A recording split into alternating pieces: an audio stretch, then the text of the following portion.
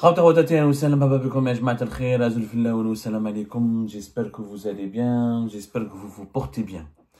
Le 26 mai dernier, Saïd Narza a été condamné à 10 ans de prison ferme. Et tous ses enfants, 4 de ses enfants ont été condamnés aussi à de la prison ferme. 2 enfants à 5 ans de prison ferme, et 2 autres enfants à 8 ans de prison ferme, dont un qui est à l'étranger, 3 autres, un est déjà en prison, 2 sont déjà en prison, et le 3e est sous contrôle judiciaire, mais il risque d'être incarcéré dans les jours à venir en vertu de ce verdict qui a été rendu public le 26 mai 2025. Vous avez été très nombreuses et nombreux à réagir à nos révélations et à nos investigations sur cette affaire où nous avons exploré tous ces tenants et aboutissants pour vous expliquer qu'elle était une machination politique pure et simple. Il n'y a pas eu de corruption politique, il n'y a jamais eu de corruption politique. Il n'y a eu que, excusez-moi, je vais juste allumer une autre lumière. Alors,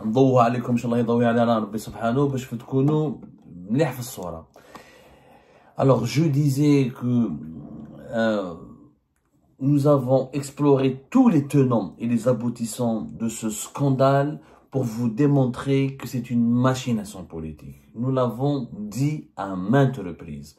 Et nous cessons de découvrir des nouveaux éléments qui démontrent que c'est une affaire purement politique de vengeance contre une candidate qui a été perçue par le clan Tebboune comme étant une menace contre son 2e mandat, une menace contre le déroulement de sa campagne électorale pour son 2e mandat lors des élections présidentielles anticipées de septembre 2024, et comme un troublion, comme un trouble-fait, comme une femme qui est devenue de plus en plus populaire, de plus en plus influente, femme d'affaires, entrepreneuse, membre de plusieurs organisations et organismes internationaux, et d'organisations régionales et internationales, et qu'avec sa réputation et la crédibilité dont elle a commencé à jouir, elle était devenue très dérangeante à l'égard de Abdelmajid Tebboune et de son entourage. Notamment des membres de son entourage avaient redouté son influence, et d'autant plus qu'elle était l'amie de Tebboune. Elle était l'amie de Tebboune depuis 2016, depuis 2015, 2016. Elle connaissait très très bien Tebboune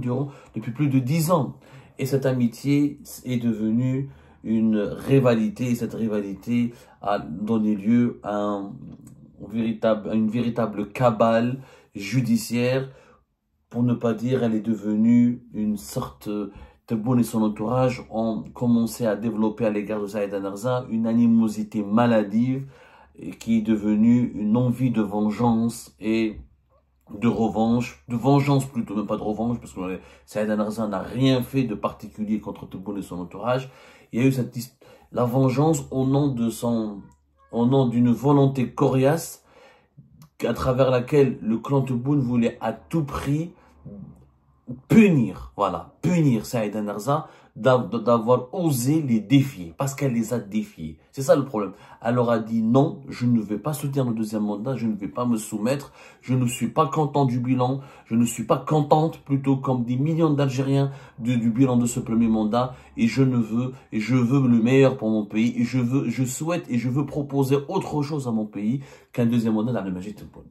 Une affaire politique. Pourquoi et comment? Nous allons vous faire dans cette émission une autre révélation qui démontre que Saïd Narza a été victime d'une cabale, une véritable cabale politicienne orchestrée par des personnalités politiques issues de l'entourage direct de Tebboune. Vous connaissez certainement Ibtissam Hamlaoui. Ibtissam Hamlaoui, on lui a déjà consacré une émission le 25 mars 2025. Vous avez été très nombreuses et nombreux à avoir suivi cette émission. Ibtissam Hamlaoui, les secrets d'une polémiste devenue la plus puissante femme en Algérie. Ibtissam Hamlaoui, elle était quasiment méconnue avant la crise politique de 2019. Pendant la crise politique de 2019, elle était une simple polémiste sur les plateaux de télévision. Et par enchantement, par une magie que même les plus grands maîtres de la sorcellerie ne pourraient pas expliquer, elle est devenue une femme extrêmement influente au plus haut sommet de l'État algérien. 12 mai 2022, elle dirige depuis le 12 mai 2022 le Croissant Rouge algérien, une organisation caritative, une importante organisation de la société civile en Algérie, une institution historique liée à la lutte pour la libération nationale, liée à la naissance, à la création de l'État indépendant en Algérie et liée à la quête de l'indépendance du pays. Et depuis le 20 mars 2025, Ibtissam Hamlaoui dirige en même temps que le Croissant Rouge algérien l'Observatoire national de la société civile. Cette femme qui a failli devenir ministre à maintes reprises et à qui on prête une relation très approfondies et des connexions intimes et des connexions personnelles très développées avec plusieurs membres de l'entourage de Tebboune. Elle connaît Tebboune en personne, elle est âgée aujourd'hui pratiquement 45 ans. À 45 ans, cette femme a 2 postes stratégiques qui sont, du point de vue politique stratégique, Croissant Rouge algérien, qui lui permet d'avoir une grande visibilité sur la scène politique algérienne et une forte présence sur le terrain, et l'Observatoire national de la société civile, qui est un organisme qui est censé faire partie des principales réformes de 2020, pour répondre aux attentes et aux revendications du Hirak de 2019 et qui regroupe quand même l'ensemble des associations algériennes tolérées, reconnues et soutenues par l'État algérien. Donc elle a un enracinement, elle commence à avoir à travers l'organisation, à travers cet observatoire national de la société civile, un enracinement important au sein de la population algérienne. Donc elle est devenue le vis-à-vis à travers cet observatoire et à travers le Croissant algérien.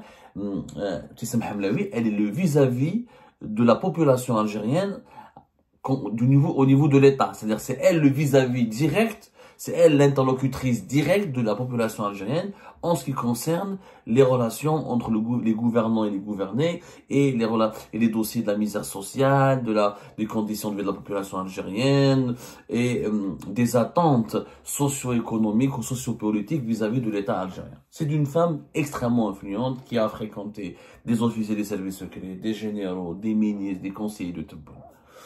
Eh ben, cette femme, Ibtissam Hamlaoui, imaginez-vous qu'est-ce qu'elle a fait, comment elle est intervenue dans le dossier de Saïda Narza. Il y a un détenu dans l'affaire de Saïda Narza, ils sont 82, 83 détenus pratiquement, presque même 85, en tout cas entre 80 et 85 individus ont été placés en détention dans le cadre du scandale de Saïda Narza. Scandale de Saïda Narza qui implique deux autres candidats aux élections présidentielles anticipées, Belkacem Sahli, Abdelhamid, Hamadi, mais qui n'ont pas joué un rôle stratégique encore une fois. Ces 2 autres candidats ils font de l'habillage. Ils font de l'habillage pour ne pas donner l'impression que le régime algérien s'acharne contre une femme, veut abattre une femme, veut éliminer une femme ou veut écraser une femme qui s'appelle Saïda Narza. Ils ont rajouté Belkacem Sahli et Abdelhakim Hamadi. Le plus gros lot des détenus dans ce scandale de corruption politique, de fraude électorale, d'escroquerie, de trafic ou de corruption pour la collecte des parrainages électoraux concerne les proches, les soutiens et les militants acquis à la cause de Saïda Narza.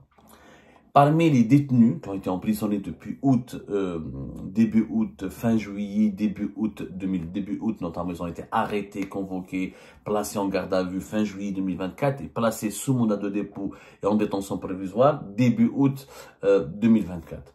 Il y avait un individu parmi ces détenus dont l'épouse travaille pour le Croissant Rouge algérien.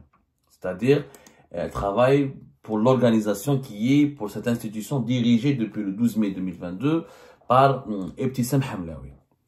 Et ben son épouse, elle a été approchée par Ibtissam Hamlaoui, l'épouse de ce détenu, qui est proche et qui est lié à Saïda Narza, dont je vais taire le nom pour ne pas accabler davantage leur famille par des soucis, par d'autres mésaventures et d'autres pressions et intimidations et menaces. En tout cas, ce proche de Saïda Narza, cet individu qui est en prison, a joué un rôle clé dans les préparatifs pour la campagne électorale de la candidature de Saïda Narza aux élections présidentielles anticipées du septembre 2024. Sa femme a été approchée au mois de janvier 2025 par Ibtissam Hamlaoui. Et Ibtissam Hamlaoui, elle dit à l'épouse de ce détenu elle lui explique, elle l'accueille, elle la rencontre, elle essaie de l'amadouer, de gagner sa confiance, de la mettre à l'aise, pour lui délivrer un message. Ibtissam Hamlaoui dit à l'épouse de ce détenu de convaincre son mari de témoigner, de changer de version, de changer de discours et d'accepter de témoigner contre Saïd Narza et de produire un faux témoignage, mais qui doit être un témoignage accablant, terriblement accablant, contre Saïd Narza.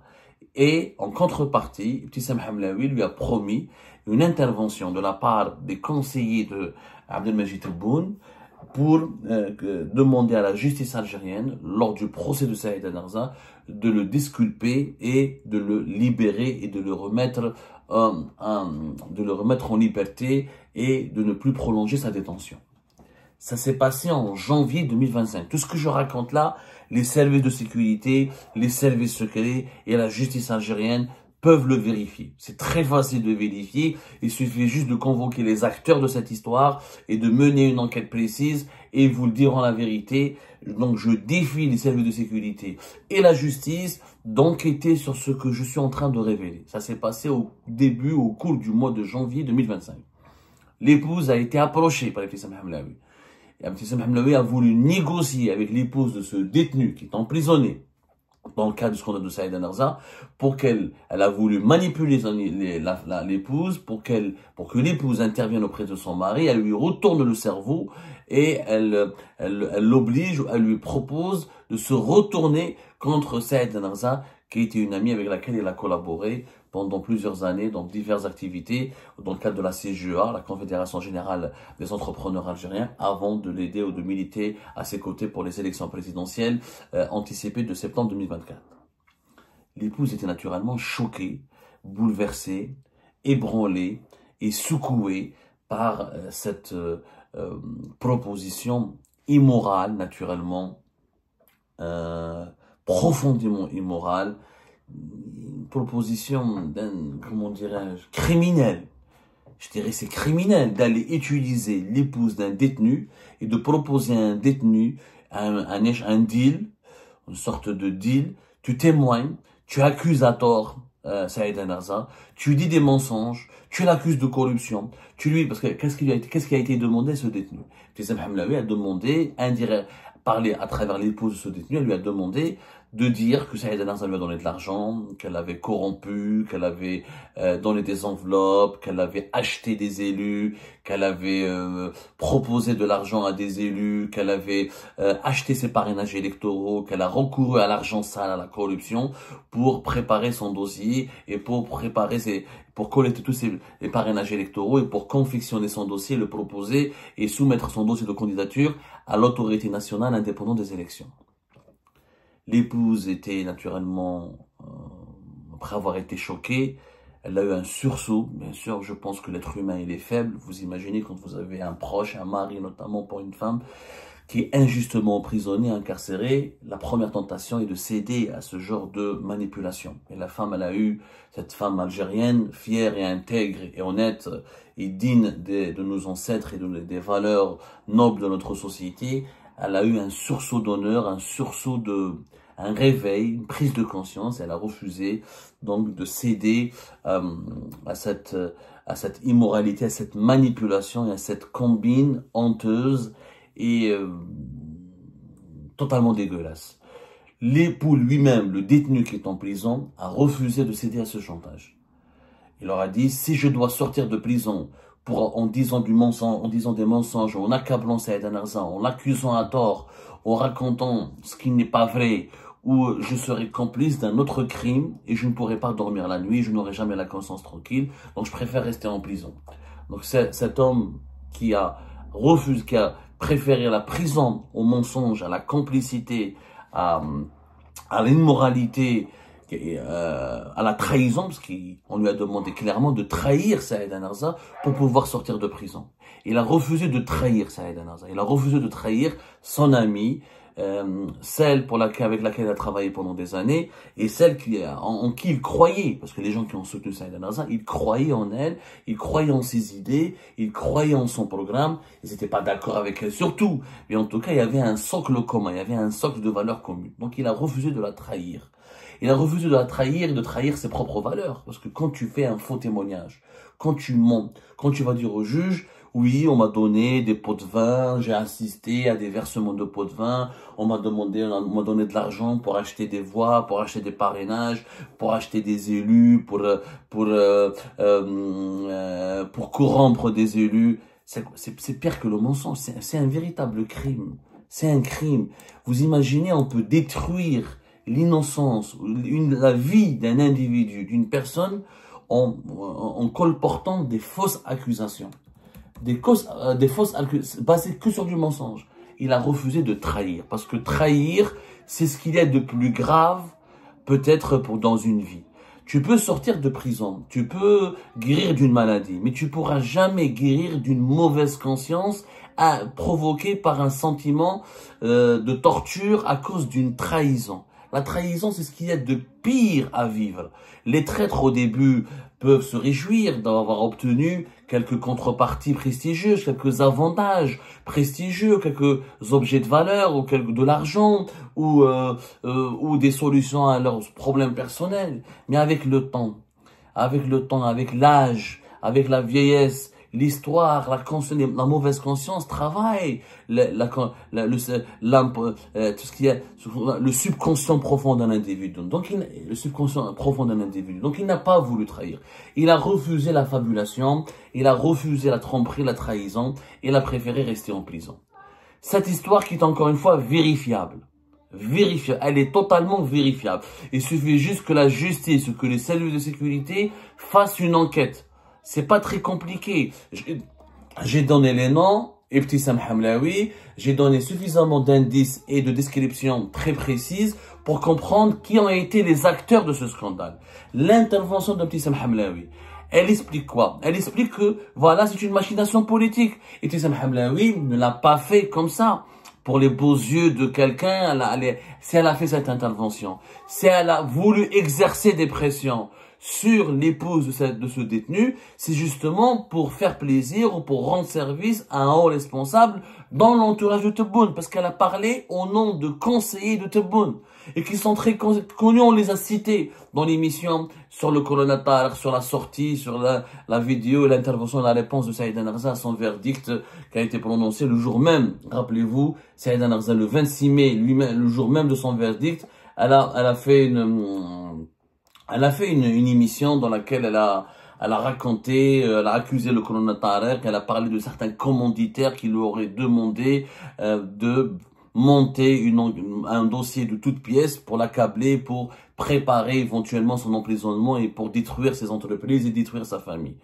Ces commanditaires, c'est qui? Ce sont des conseillers à la présidence de la République. Ce sont que 3 conseillers que nous avons cités précédemment et qui sont connus et que Saïd Narza a fait allusion à eux indirectement et qui sont devenus des super personnages extrêmement puissants, qui ont des super pouvoirs, et c'est tout simplement honteux que dans un pays comme l'Algérie, avec son histoire, avec sa gloire du passé, avec ses valeurs, avec son profond attachement à la justice, à l'égalité, que des personnes qui n'ont pas été élues, qui n'occupent pas de fonctions officielles ou dans les services de sécurité, qui ne sont pas censés influencer la justice, ce sont de simples conseillers à la présidence de la République qui utilisent donc leur proximité avec le chef de l'État pour régler leurs problèmes personnels.